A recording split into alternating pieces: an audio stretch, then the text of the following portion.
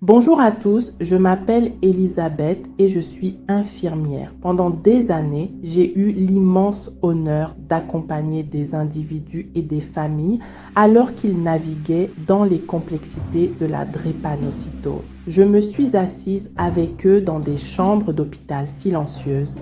J'ai tenu leurs mains pendant des moments de douleur intense. J'ai été témoin d'une force et d'une résilience qui m'ont vraiment changé. Je suis ici aujourd'hui non seulement en tant qu'infirmière, mais en tant qu'être humain. Pour avoir une conversation à cœur ouvert avec vous, nous allons parler de ce que signifie vivre avec cette maladie et comment vous pouvez mieux vivre.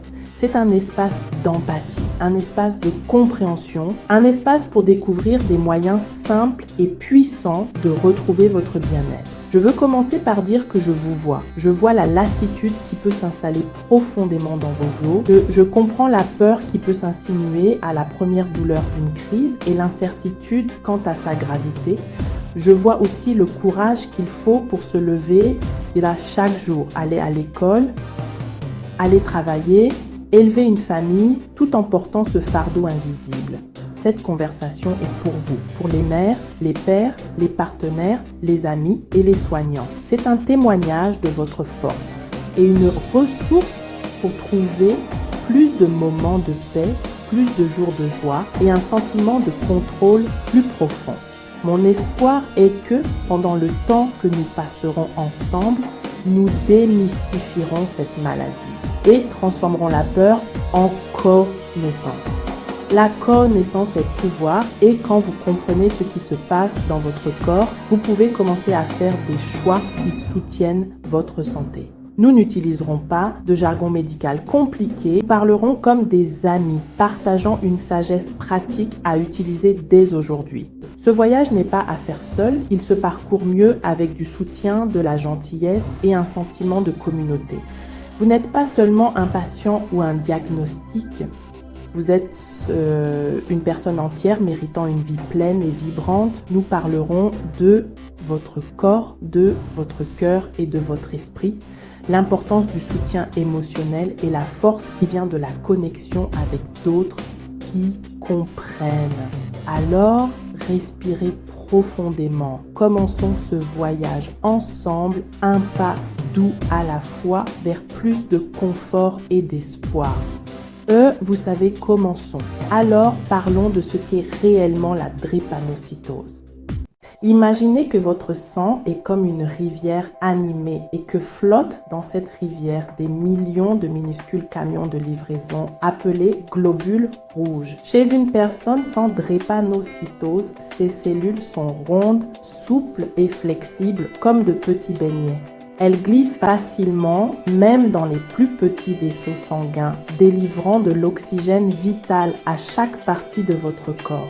Votre cœur, votre cerveau, vos muscles, vos os. Cet oxygène est le carburant qui fait que tout fonctionne bien.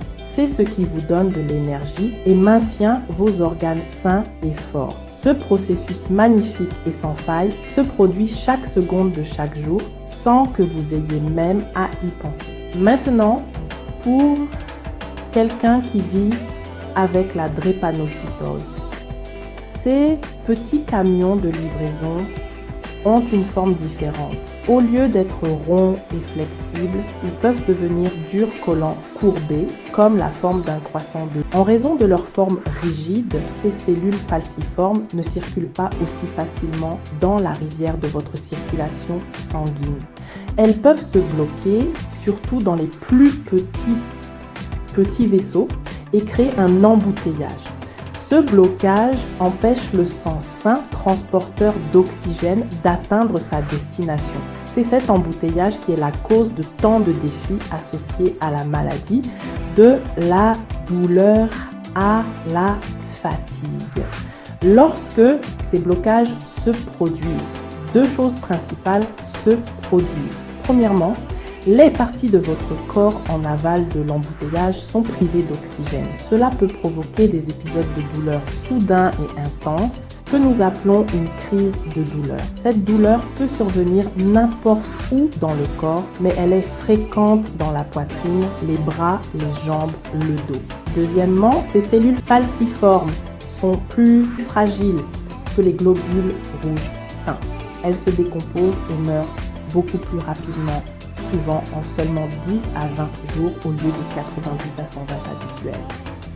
Votre corps ne peut pas toujours suivre la production de nouvelles cellules, ce qui entraîne une pénurie constante. Cette pénurie est appelée anémie et c'est pourquoi vous pouvez vous sentir constamment fatigué ou faible. Comprendre ce processus de base est votre premier pas vers l'autonomisation. Lorsque vous savez que l'objectif est de maintenir votre sang circulant aussi facilement que possible, les conseils que vous recevez commencent à avoir beaucoup plus de sens. Il ne s'agit pas seulement de gérer les symptômes. Il s'agit de créer un environnement interne où ces petits camions de livraison sont moins susceptibles de se bloquer. Il s'agit d'aider la rivière naturelle de votre corps à couler librement. Cette connaissance vous donne un pourquoi derrière les actions quotidiennes dont nous parlerons. C'est une base solide sur laquelle vous pouvez construire une vie plus saine et plus confortable, jour après jour, choix après choix. L'un des outils les plus puissants et les plus simples dont vous disposez est l'eau. Cela semble presque trop facile, n'est-ce pas? Mais pour un corps atteint de drépanocytose, rester bien hydraté, c'est comme donner un coup de main à votre circulation sanguine. Pensez à cette rivière dont nous avons parlé. Lorsque vous êtes déshydraté, le niveau d'eau de la rivière baisse, la rendant plus épaisse et plus boueuse. Cela facilite grandement l'agglomération de ces cellules falciformes collantes et la formation d'un embâcle. En buvant beaucoup de liquide tout au long de la journée, vous ajoutez essentiellement plus d'eau à la rivière, rendant votre sang plus fluide et aidant toutes vos cellules rondes et falciformes, réduisant ainsi le risque d'un embouteillage douloureux. Faire de l'hydratation une habitude ne doit pas être une corvée. La clé est de siroter constamment, pas seulement lorsque vous avez soif.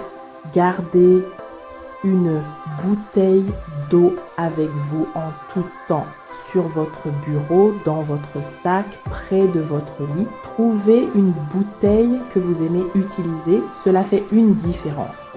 Si l'eau plate vous semble ennuyeuse, infusez-la avec des tranches de citron, de concombre ou quelques baies pour une touche de saveur. Les tisanes, surtout celles sans caféine, comptent aussi. L'objectif est de faire de la consommation de liquide une partie naturelle de votre rythme quotidien. Essayez de commencer votre journée avec un verre d'eau et de la terminer avec un autre. Ces petits gestes constants d'auto-soin sont des investissements dans votre bien-être.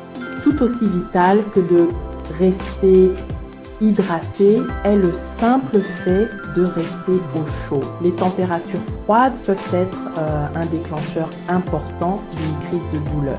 Lorsque votre corps a froid, vos vaisseaux sanguins se contractent naturellement ou se rétrécissent, en particulier les petits dans vos mains, vos pieds et vos articulations. Pour une personne atteinte de drépanocytose, ces voies rétrécies créent les conditions parfaites pour un blocage.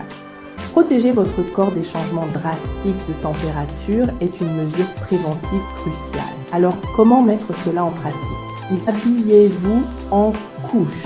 Ayez toujours un pull ou une veste légère à portée de main, même en été. Pour les espaces climatisés comme les cinémas ou les supermarchés, portez une attention particulière à vos mains en portant des chaussettes et des gants chauds. Évitez de vous asseoir sur des surfaces froides et envisagez un bain ou une douche chaude pour aider à détendre vos muscles et à favoriser une bonne circulation. Ce ne sont pas seulement des mesures de confort, ce sont des stratégies proactives pour maintenir votre rivière interne fluide et pour éloigner la douleur. Donc, vous savez, prenez ces mesures simples et soyez gentil avec vous-même.